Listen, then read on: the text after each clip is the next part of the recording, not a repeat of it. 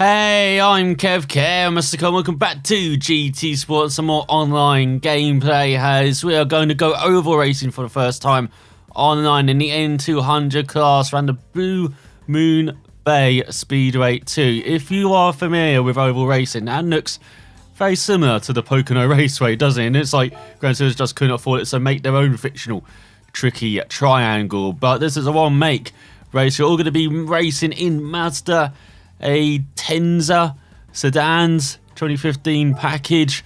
As you can see in the background, nice soul red as well on my vehicle, as I haven't done any oval racing in this game before this race either, so trying to get used to oval racing against people online for the first time in a few years. I haven't done it since iRacing. Tried it in Forza, because it never goes well in Forza, but as you can see in the background, qualified in 11th, very poor.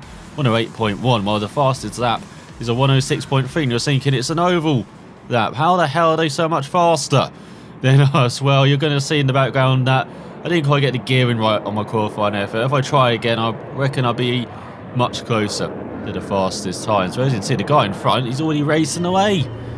As we are underway for this 4-lap race, and we're choosing the middle lane in this like 17 getaway. We get into the back of the white Mazda, and we're side by side with our soul red Mazda as we're trying to make up positions here, and it's like someone did get left behind there at the start. As we're looking to the outside, everyone's going for the inside line here, but we know from our IndyCar years of viewing IndyCar, going to the outside sometimes, the first up an oval race, that is where you want to be, as we are trying to imitate like Tony Kanaan or Thomas Scheckter here from the years past in IndyCar. No doubt we're making it round the outside up into 9th place. So if you're seeing everyone head towards the inside, remember the outside just as good if you can stay on the power, keep it out of the wall, and that's what we managed there. So fantastic move at the start there, but we're not quite getting in the slipstream of 8th, 6th and 7th here. We're just about getting it after looking in the wing mirror there for 9th. As you can see to the left hand side, they're around a couple of tenths behind us, so they're not going to be diving down our inside hopefully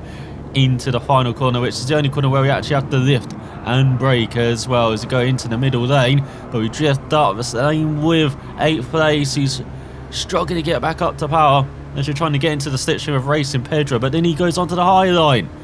How dare he get out of our way here, as we're trying to stay with the low line here. We actually want the inside now for the first corner on this second lap. So they're 23.4, we're still way behind the leaders, over 5 seconds behind already. But look at this, 8th place, he's trying to make it 3 wide, and I think he just forgets we're here. He's trying to force us into the grass there, but we make it down his inside, trying to be hard on the power here in 5th gear, over 100 miles per hour through that first corner. We're up to 8, thanks to whoever previous 8th place person just forgetting we were there. But now in the slipstream of the German of the facility, is that how you say that? But they're not able to really get in the slipstream and go alongside. We're just sitting behind here, and that's allowing 8th place to get in our slipstream as well, maybe taking it down our inside as well, heading into the final corner. Isn't it down the inside for 7th place? We're diving, but oh, he cuts our nose off. You get a bit onto the blue inside kind of AstroTurf curve there, or the blue tarmac, and so we drop back, and we haven't got a good run off the corner, heading onto the third lap into the second half of the race. So we're trying to keep it out of 6th gear. That's something I did on my qualifying effort, keep it in 6th gear quite a lot. But you're seeing if you keep it in 5th with the slipstream, 107.7, much faster than a qualifying effort. Now we're heading into the first corner again, not really close enough to make a move, but if we just nail the throttle, stay hugging that inside line, just take our natural line. But it looks like, oh, the Germans had to brake. Oh, he's almost going into the wall. We have to go into the back of him because there's nowhere we could go. Our SR goes down slightly, but that's allowed 9th place to have a run on us now. Heading into the second corner, he's looking to our inside. We're just about given the room.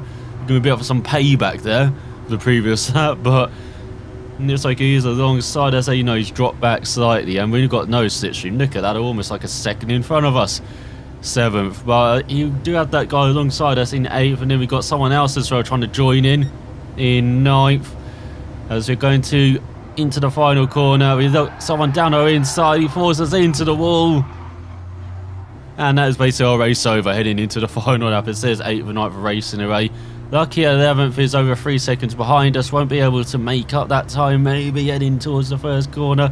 I think we'll be safe, but now we've got to make up a 2-second gap on this final lap, and that's always the worry in oval racing with other people, you know, with the AI as well in Forza, because they are crazy as well, just like the people in oval racing sometimes in any online race. And you're seeing that if you just have someone who just goes offline slightly on your inside, you just get forced into the wall. There's nothing you can really do. We had that happen, you know, at the beginning of the lap, at the end of the lap as well. Just very unfortunate. And with the races being so short as well, I would have expected this race to be like 10 minutes long, you know, around 10 laps long, sorry. So I don't know why they're so short. As you get into the fourth lap, you're getting into the rhythm now of this race, and there's no time for me to make up as well positions after that incident at the end of the previous lap, as you are gaining, as they're battling for 8th like a hell. Try to get the car into the apex, but not the best run through the corner. Still holding it in 4th gear though. Maybe get some slipstream heading towards the line. Not quite, as it looks like 9th is getting a slipstream on 8th. Who's going to get 8th? As where the hell is 9th going? Trying to use the very low line there. So you've got an airplane going overhead. I don't know why it does that every lap. It does get a bit distracting after a while. We do our fastest lap on the final lap with basically no tow either. 107.6.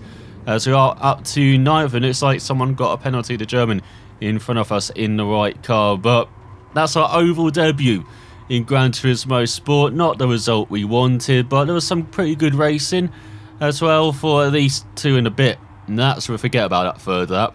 4th lap was pretty decent as well in clean air. So hopefully my next oval race I can do much better and qualify much better. If I qualify in the top 5, you know, I reckon running out at the front, you have a good pack there to run with, and you won't have as many bad incidents as you saw in that race. But well done to, I don't know how to say that name, to the Spaniard, and I hope you enjoyed some oval racing in Gran Turismo Sport. I'll be back with some more normal circuit racing later, with the Group 3 cars round the Nürburgring and with the Group 4 cars round the new Japan circuit as well. As there we are, down in 9th, we've got an A-class safety rating and a D-class in the driver's rating. Not very good, am I? So, sad fortune, and I will see you next time.